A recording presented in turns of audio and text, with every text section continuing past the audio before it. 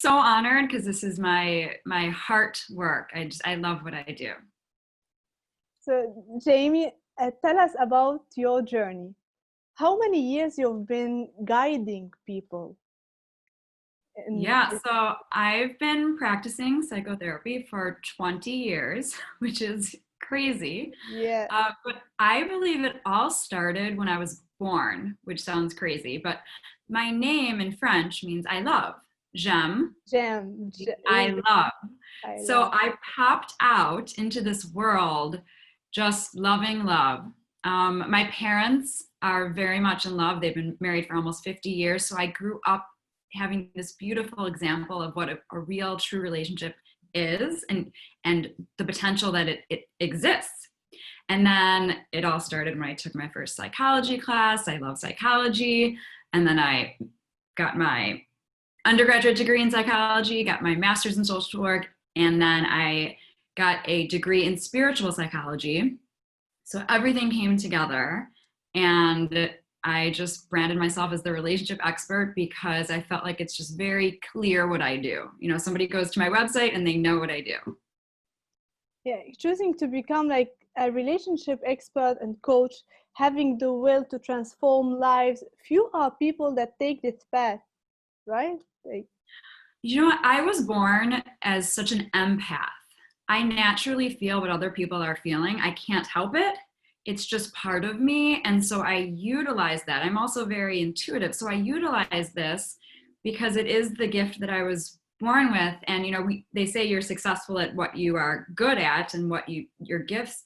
So there's nothing else I can imagine doing. It's my life's work. did you receive a lot of relationship advice from family and stuff growing up? Do you mean, did people ask me for advice? No, like your parents, did they give you advice about relationship when you were maybe a teenager? Oh, yeah, yes. Well, the interesting thing is that, so I told you, my parents have been married for 50 years. So any advice that my mom would give me was based on that it's not a perfect relationship, but she got married so young. You know, I was dating until I was 34. I met my husband at 34. And so I would ask her for advice, but she couldn't really understand because she got married at 22. Like she knew my dad since she was 13. So but I definitely would get advice from other people, and her advice for marriage and relationships is great. It was just that dating period I had to go to other people because she didn't really date them. What is the most like the funniest advice that she given you? You know what, she just their generation is very like the 50s mentality, like when your guy comes home, have dinner ready, and like make sure you always have makeup on, and you know, things like that, like don't leave the house unless you look perfect. And so our generations are just very different, like yeah, and like the clothes, I don't know, she always said like wear perfect little outfits, everything has to be matchy matchy. So it's very different, you know, and I had to know, okay, well, this is me and this is my generation and we're different. um but yeah, but some of the things that I've learned from my mom and from my parents' relationship, I'm a very old school, I love roles. Like I'm the opposite of a feminist. I believe in equal pay. Okay, but I love the role of being a woman, you know, like, and men love that role of being able to be the man. And so there's something really special about that. I love when, you know, the guy is chivalrous. Like my husband's not perfect at all. But it's not like he's opening car doors for me or anything, but that would be great. But I just love these roles, you know, and there's something very special and sacred. And women, I'm not going to speak for every woman out there at all. I, as a woman, I like to feel like that princess. Like I like to feel like I'm being taken care of. At the same time, I do love cooking, you know, for my husband, not necessarily every night. Yeah. I don't like that because in our generation, we're working, we're busy, and so things change, but ultimately you just have to do what's good for you. And obviously, your parents had a successful relationship, and that's what you learned from this relationship. And you started giving advice for people. Yeah, and it works for them. And they are a different generation. It works for them. And I'm actually working on a documentary now. I'm interviewing all different couples who have that soul connected relationship because I'm on this exploration. I want to see like what are the commonalities between all of these couples and what are the differences, you know? One of the commonalities is that there's that deep connection and they enjoy each other's company. They're each other's favorite person. They enjoy having fun together. I could go on and on, but it's been really cool. And where you're planning to put this documentary, on Netflix or? Yeah, so I told you I'm very spiritual. I believe that it's going to go wherever it's supposed to Yeah. go. I just take it one day at a time. Right now, I'm just in the process of interviewing couples and learning and exploring, and when it's completed, it will land wherever it's supposed to land. Yeah, I'm just sharing the video on my Facebook, so if people have any questions. Oh, great. You're doing like a Facebook Live? Yeah, if you have any. Yeah. So I will tag you also. Okay, great. Oh yeah, we became friends on Facebook. So the thing I like the most is that you teach your clients on how to heal their past, and we better learn how to love our past no matter how frustrating it was. Yeah, so life happens for us, not to us. A lot of people are in that victim mode, like, oh, this happened to me. I have it the worst, you know, and everybody has their own journey. But if you can look at your life as that everything happened for you, and if you could look at everything that has happened for you, can you look at it and see what was the learning opportunity? Yeah. And in terms of healing your past, it's really important to heal your past in order to be present and in order to manifest your future. Some of the ways I help clients to heal their past is to look at the negative narratives in their minds. What are those things that you're saying to yourself all the time that you don't even realize? Like, I'm unlovable, I'm unworthy of love, I'm undeserving of love, that are just not true, but they might have come from your childhood, from somebody might have said it to you once. It could have been a bad relationship, it could have been a parent. For whatever reason, you're walking around thinking these things, and so they're unresolved issues, and you don't want to bring that into your relationship. So I help people go back and really look at, where did this start? Why do I have these messages in my mind? And what is the truth? Because whatever your mind is saying to you is just a lie. It's just not the truth. And what makes us so attached to something we don't own anymore, the past? So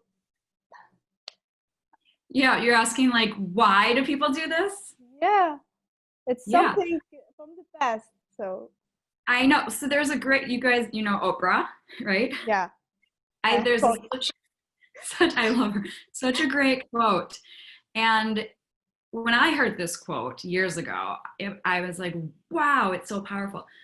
She said that like true healing and true moving on is giving up the hope that the past can change. So it's almost like as humans, it doesn't make sense, but you wish the past could change, but it can't. So once you say, okay, I accept the past, it's not going to change, but what do I have control over? I have control over how I'm going to live my life today and how I want to move forward. You don't want to be a prisoner of your past. You want to be free from your past. But just going back to your question, why do people do this? My only answer is it's because we're human. It's because we're human. And I think people live in regret land. And the reason why people have regrets is because they are not in touch and in tune enough with their own intuition and their own integrity. And so when you make a decision that becomes a regret, it's only because you didn't follow your heart. And so I work with my clients a lot on that. You know, moving forward, how can we never, or almost never, make, and of course you have to make mistakes in life, but the older you get, the more you learn about yourself and you get to know yourself, So how can you make the best decisions always based on your intuition and what is good for you overall?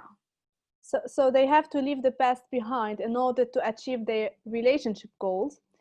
Can you give us an example of a case that you've worked on where this person was able to have a successful relationship after he stopped looking behind?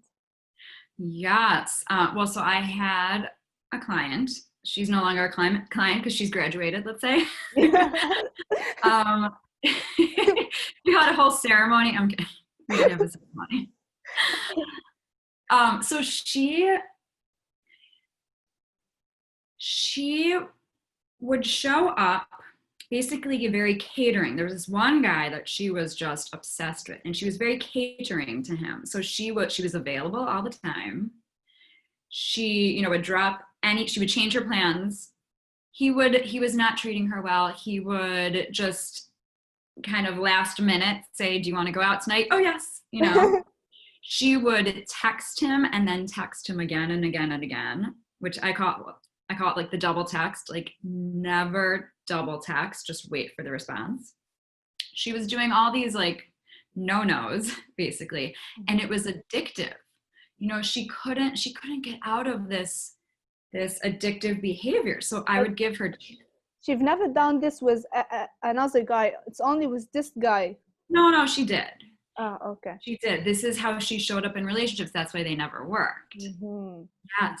So I would give her challenges. I would say, okay, that's fine. Send him a text as a response. But if he doesn't text you back, do not text him again. Text me instead. Just text me and I'll talk you off the ledge.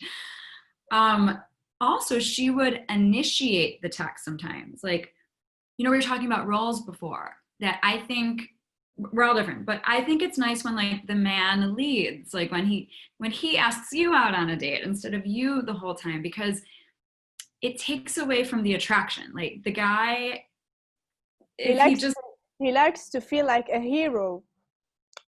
Yeah, and he likes to run the show a little bit because evolutionarily that's what his job was. Yeah.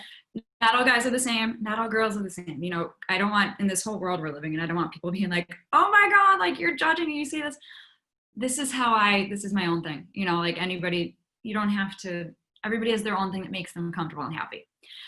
Anyhow, so she was not loving herself. She was showing up, doing everything for him and not loving herself. And he knew that energetically, like through her energy, he could tell that she didn't really love herself. So we worked on healing her past. We worked on her getting more empowered. We worked on her getting her own life, meaning like she stays busy. She has her own life. She has her friends. She doesn't cancel plans.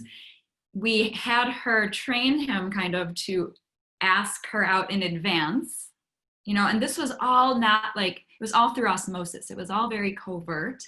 So she didn't say, "I need you to ask me out in advance." It was more like through her behavior and her actions, he started changing. And so the relationship, he started respecting her more because she was respecting herself more. And so eventually. Yeah. What was the problem from her past? Yeah, so she was brought up with a father who wasn't very nice to her. So she didn't have a very good relationship with this father figure. So she had to heal, her loving herself despite feeling unlovable. And because she had that relationship with her father, she was having the same relationship with all of these men where she didn't respect herself. She didn't feel lovable. So it's all a reflection. So she would bring in these guys, not on purpose, that weren't respecting her and weren't loving her. So it's a lot of healing. So she was bringing the wrong guys. It's not like she's doing something wrong if she's texting the guy all the time. Yeah, I don't recommend that. I don't so recommend. On both sides, it's yeah, when I say bringing in, like, and I think this is what you're saying, she didn't go out and say, "I want to date a guy who doesn't respect me." She didn't ask for that, but subconsciously and through her energy, she was attracting guys that wouldn't respect her because she wasn't respecting herself. our outside experiences are a reflection of our inner reality. So we have to feel really good on the inside in order to attract that right alignment. You're truly an expert. Oh, thank you. I've been doing this for so long and I love it. Yeah. You know, there's a fact that most guys are ghosts. They are good at disappearing. But you know, someone disappearing will save you a lot of time. But don't you think that the most dangerous guy is not the one who disappears, but the one who disappears and reappears again and again? Yeah. So, you know what? There are relationships that it kind of start off a little rocky, let's say, but they end up being married and they're happy marriages.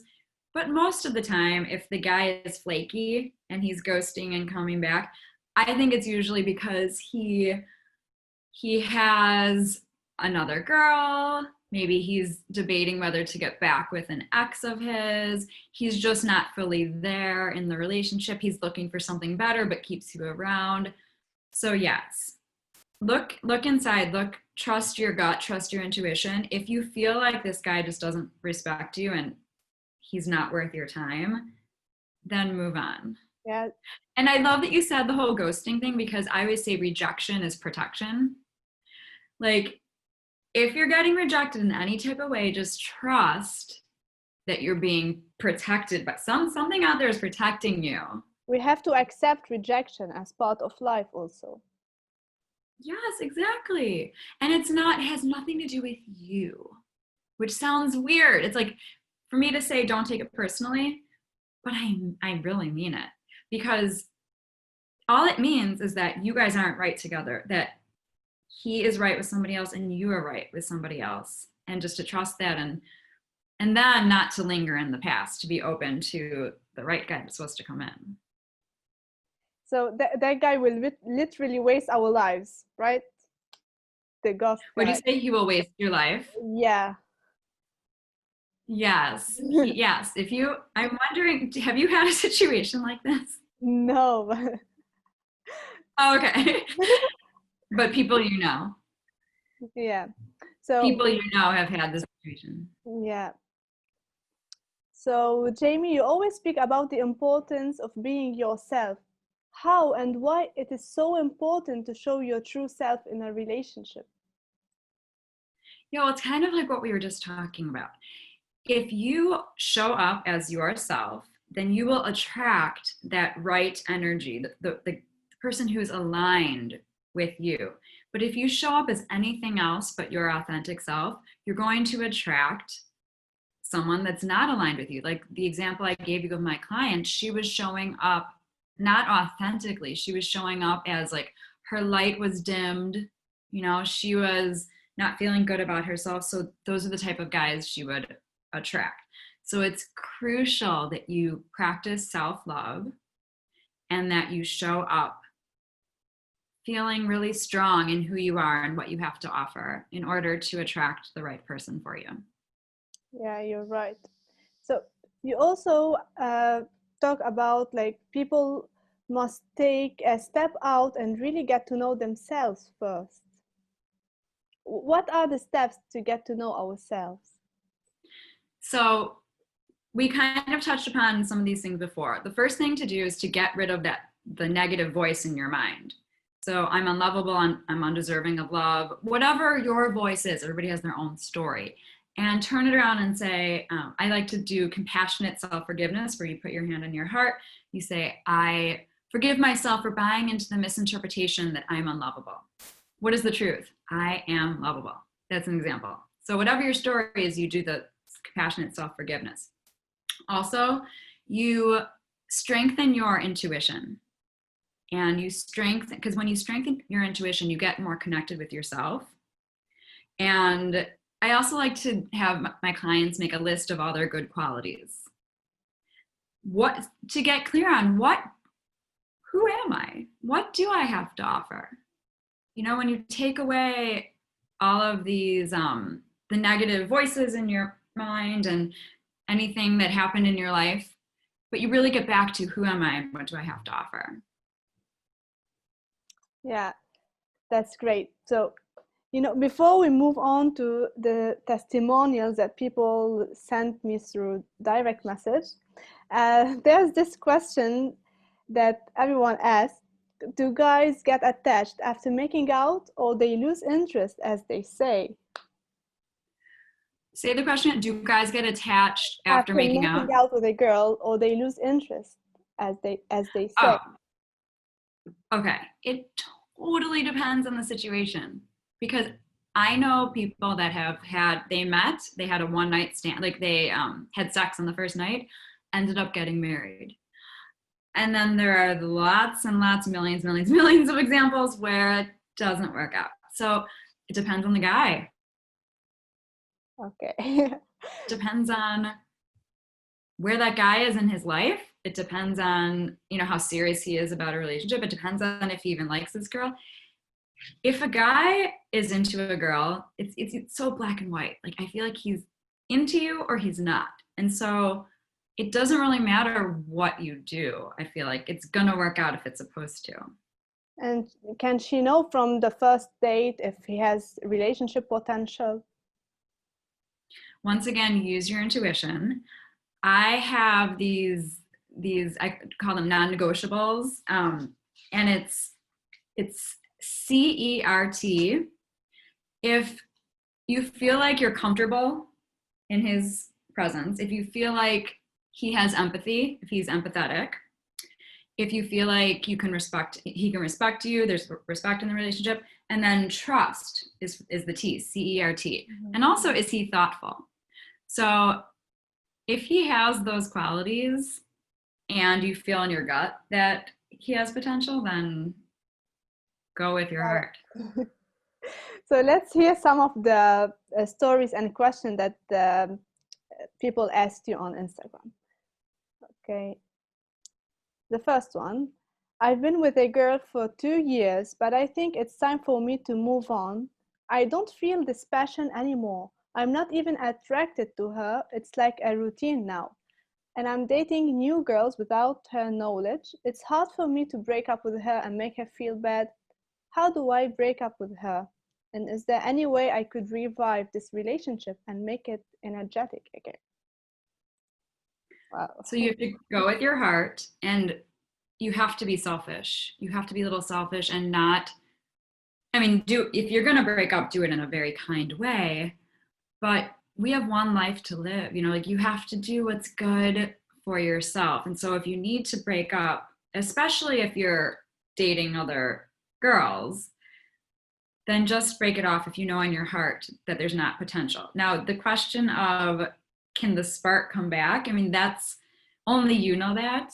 And if you want to try to bring the spark back, I would recommend stop dating the other girls so that you could really give this relationship a chance. And by the way, I'm not judging at all. People, people cheat, people do, and I don't judge them. I don't think it's bad, because people need to do what they need to do to figure out their stuff. So nothing wrong with what he's doing. But if he wants to keep doing it, then just end the relationship or try to revive it. But how can this girl know that he is planning to leave her? How can she know, or how can she not know? No, how can she know that he wants to leave her, he's planning to leave her? Oh, well, he needs to tell her. No, and not this case. Usually in life, can you feel that this guy is going to leave you soon? Yes, and that goes back to your intuition. It's crucial in life. I feel that we all fail in this intuition. What about intuition? We fail in it. Oh, you know what? I think when you're younger, it's harder, but there's no better day to start practicing than today. We were all born with it. We all have the ability. Nobody knows us more than we know ourselves. And I would just say, start practicing. Even make it fun. Start practicing when you're ordering lunch. Sometimes you're looking at the menu, should I get the egg salad or should I get the chicken salad, something. When, we always know the right answer. And this is a silly example again. You don't need to ask the waiter or waitress what you should get. They don't know. you know what is best for you, and just take some time to close your eyes, to go inside, to connect, and start just practicing your intuition. I believe, and an interesting thing about intuition in our brain is that your prefrontal cortex, which is responsible for making the right and wrong decision, is not fully developed till you're 25 years old. And so it makes sense why younger people don't make the best decisions, but then older people don't also sometimes. But I believe that even when you're 7 years old, there's something inside of us that really does always know the right thing for us. We just don't always do it. So in those moments of making decisions, just take a moment if you need to and look inside, and your answer is there. And it's not right and wrong. When I say right and wrong, I don't mean like based on anything else, but what is right for you. Okay, so let's move on to the second person. Hi, Mia. I'd like to ask Jamie the following. I find myself getting involved into one bad relationship after another. What to do? Why do I always attract the wrong man and end up falling in love with them? So watch the earlier on in the show, because that's what we've been talking about, that it has to do with what is going on inside of you. The moment that you start loving yourself and you've healed the past and you're healed and you're showing up as love, as confident, as the person that you really are, you will 100% attract the right man for you. I promise. Reach out to me. Like if anybody is watching this and you want to do some sessions with me, doesn't matter where you're living. I do video conferencing sessions. Online, right? Yes. Please, I'd be happy to work with you on your journey. And you give sessions for married couples, not just for singles. Yeah, for singles, couples, breakups, divorces. You can email me, or you can go to my website, therelationshipexpert.com. You can also email me. My information's on there, but it's Jaime, therelationshipexpert@gmail, Jaime, therelationshipexpert@gmail. Okay. And but there are no red flags to know if this is the wrong guy. Some red flags. There are red flags, yes. I actually have I said CERT for non-negotiables. I have a red flags one, and it's avoid. So the A is for, I don't have it right here, but it's right here actually. Yeah, this is in my, I developed this for the book that I'm writing, so you'll see this eventually in my book. So A is for arrogant, if he's arrogant or angry. V is for if he's volatile. O, out of control. I, ignores you. D, dishonest. Avoid, red flag, any of those. Dishonest. It takes time to figure out if he's dishonest, not from the first few days, right? Sometimes it happens early. If, once again, getting back to your gut, if you have a feeling that he's dishonest, then, I mean, even like little things, like if you feel like he's being shady about who he was texting, or you just get a feeling that he's dishonest. But yeah, I mean, who knows when it's going to happen. If it happens after 3 dates, at least it's better than 3 years, right? Whenever it happens, just run. Run away. Bye-bye. No, thank you. Okay, the third question. I've had enough on dating. I'm just going to give up. I'm sick of going on dates that don't lead anywhere. I'm never meeting people I have chemistry with, or I discover that they aren't looking for something serious. Okay. Yeah. You know what? If you need to take breaks, that's good, because you don't want to go into dating being frustrated or resentful or having a negative attitude, because fear and negative attitudes actually become a self-fulfilling prophecy. So if you're going into dates, if you're in this place where it's like, it's not gonna work anyway, then it's not gonna work, but if you take a break, you get revived, revitalized, get more excited about it again, and you jump back in with, this is going to work, then it will work. And just kind of what we keep talking about is do that work to show up as you, because then you will 100% attract the right one for you. But it is about the mindset. If you can't have a negative attitude about it. You have to just make that shift into this positive attitude. You have to believe and trust, start visualizing, whatever you have to do, that it's going to happen, and it will. So the positive attitude will change her entire mindset, a mindset about finding love. Oh, yes. Yeah, it is. Our thoughts become things. Our thoughts are so powerful. So if you can, change that into, instead of it's not going to happen, to it will happen. And I'm having fun, maybe. Yes. Oh my God. Fun is the most important thing.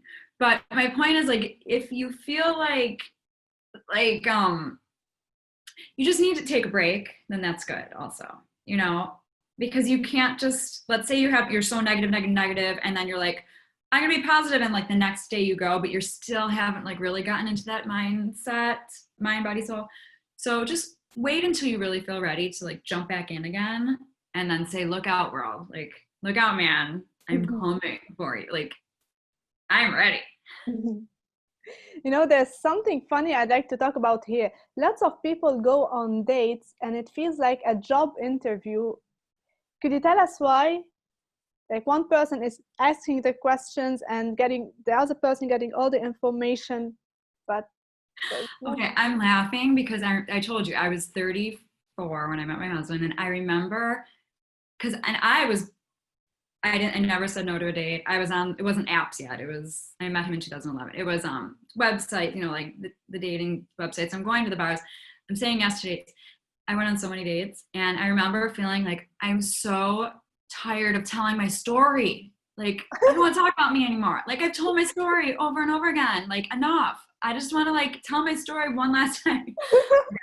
I remember being frustrated about that. But I do have to say that the reason why it feels like an interview is, okay, usually when it's going to be the right one, it's not going to feel like an interview.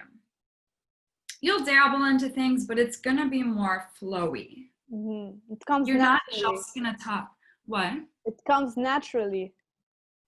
Yes, and you're not just going to talk about what's your favorite color? Like, where did you go to school? It'll be sprinkled in there, but it's more like, what's going on in the world, or what do you think about this, or I don't know. You just, when you're intrigued by somebody, it feels differently, and when they're intrigued by you, it feels different, and it flows differently. Okay, so let's check. Someone also sent something. After dating for 4 weeks, he suddenly disappears and stops texting and never texts me back. What should I do? He is the only one I'm thinking about right now. We had an amazing time together. Okay, we so talked about this, I think. Yeah, we were talking about rejection as protection. Yeah. But also in terms of manifesting ultimately the right one, if you're too focused, this is also in my book, if you're too focused and it has to be this person, then you're not leaving room for what is to flow and what is to happen in life. So nothing wrong with, you really like this guy and maybe he really might be the one for you. We don't know yet. But don't just focus on him, because it's going to disrupt the flow of, if he's not the right guy coming in. Mm-hmm. She might be missing her chance. Yeah, just be present in your own life. Enjoy your own life. We were talking before about the double texting. Like, if you've reached out and he didn't respond, don't reach out again, because it's not going to help. Mm-hmm. And just trust you. I mean, it's so hard, but trust inside that there's a reason if it's not supposed to work out.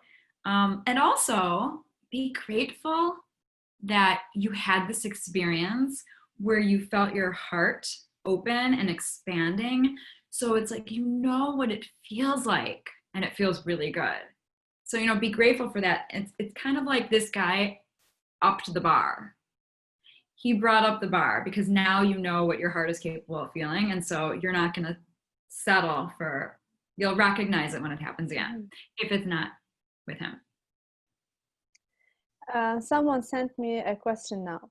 When a guy leaves his girl without any reason, does he come back or regret what he did? When he leaves for no reason, does he come back? Yeah, or he regrets what he did. It all is circumstantial. Everybody is so different. Some guys definitely regret breakups, Yeah. and some guys don't. I think men and women are so different. Men are their brains are a lot simpler and more black and white. And so in the moment, a man might really want to break up and he might really believe that, Mm-hmm. But then the next day he might change his mind, and that's okay. So if you really like him and he's a good guy, take him back. You can take him back if you want to. Someone from Peru is asking, is it possible to have a serious relationship if we have different religion? It is. Yes, absolutely.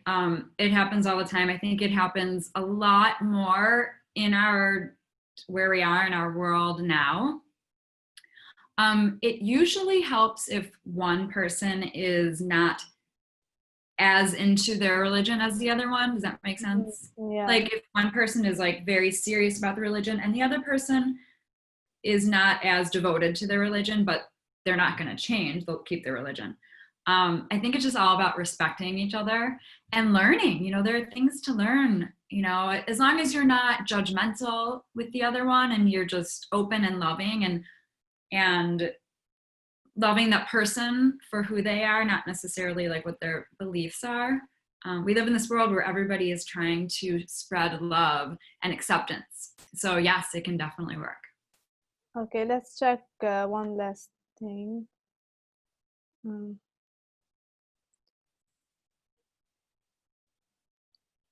What do you think about long distance relationship? Okay, I'm a big fan. I say yes. Yeah, because I'm a romantic. And I know two couples. One was Chicago, London, and the other one was New York, London. Let's say, I don't remember what it was exactly. They both ended up getting married, and those are far. You know what? You never want to shut off something, because if you're feeling it, you don't want to shut it down just because of geography. At least give it a chance. They don't all work, but a lot of them do. And they communicate a lot during the day. Yeah. Yeah, if you feel like this person is worth it to do long distance, like they're unique, this feeling is unique, you feel like you don't have this connection with anybody else, then definitely see what can happen, because you never know. Yeah. So you are married, Jaime. How Yes. often do you connect with your husband during the day? Well, because of quarantine, it's all the time. But if he's when like usually he's at work and you're at work, so I mean, this whole thing that has happened to all of us is like bizarre. Nobody has ever spent this much time. We also have a 5-year-old little boy. So, and the three of us, I mean, it's constantly since March, yeah. So especially with having a child, and especially with like not being able to go on date nights, for a while because of everything that was going on. But we definitely try to make it a point to get a babysitter once in a while, to go on date nights. Marriage is not a walk in the park. It is work, and that actually is one thing that my mom, getting back to my parents, that they do teach, because they make it look like it's perfect.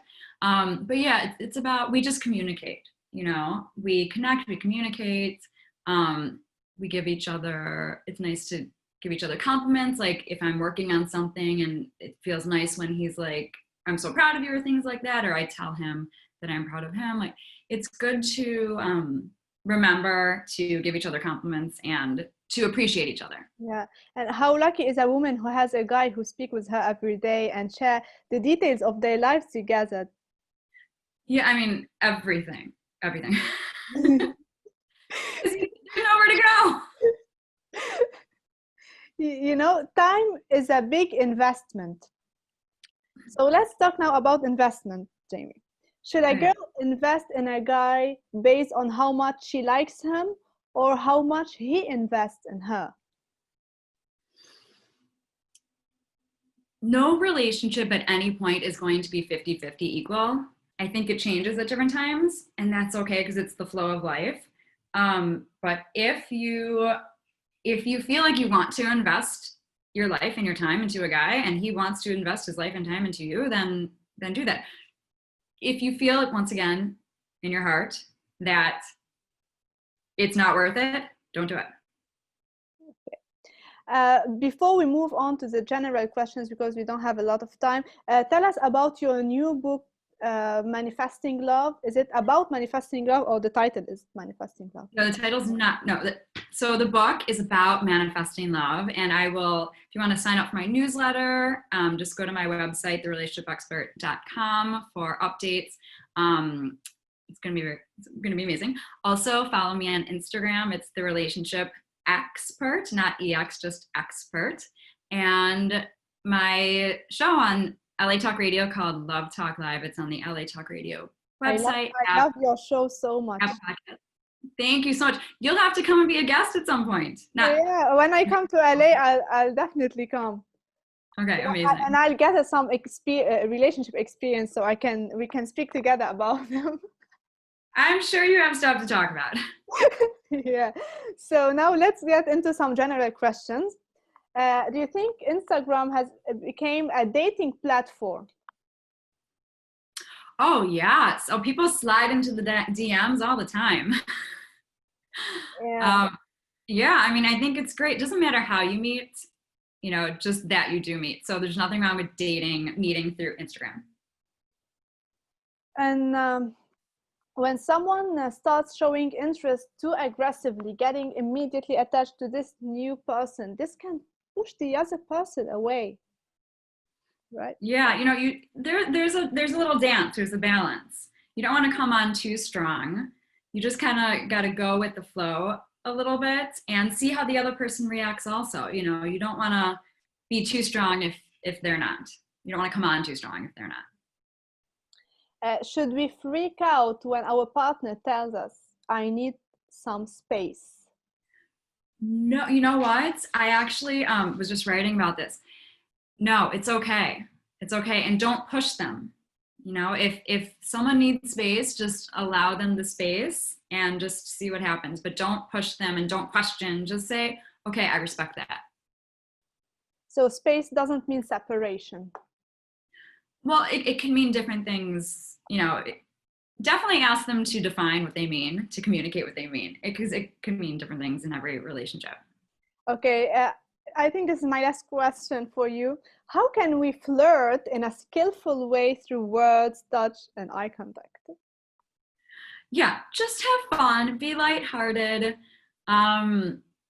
Just kind of tap into your flirty goddess inside, or God, whoever's watching, and just there's definitely ways to show somebody that you like them by being playful. So just be playful and cute. And any phrase she can tell the guy? You know what? Like I said, if the guy's gonna be into you, no matter what, you could say the sky is blue, and he'd be like, "Oh, I like you." Doesn't matter what you say. Just be cute and say whatever you want to say. Yeah, and have eye contact. Great eye contact. Yeah. Yeah. Thank you so much, Jamie, for joining us today. Really, I felt like it was like a 10-minute conversation. It was so fun. So fun talking to you too. Thank you so much for interviewing me. I really enjoyed it. Thank you so much for being here. Thanks to the people who are watching us. And I want to tell you that this show can also be heard on the Barnburner Radio Network on its 122 platforms. Please check on barnburner.ca for all the news. Ciao. Bye, Jamie. Bye. Thank you.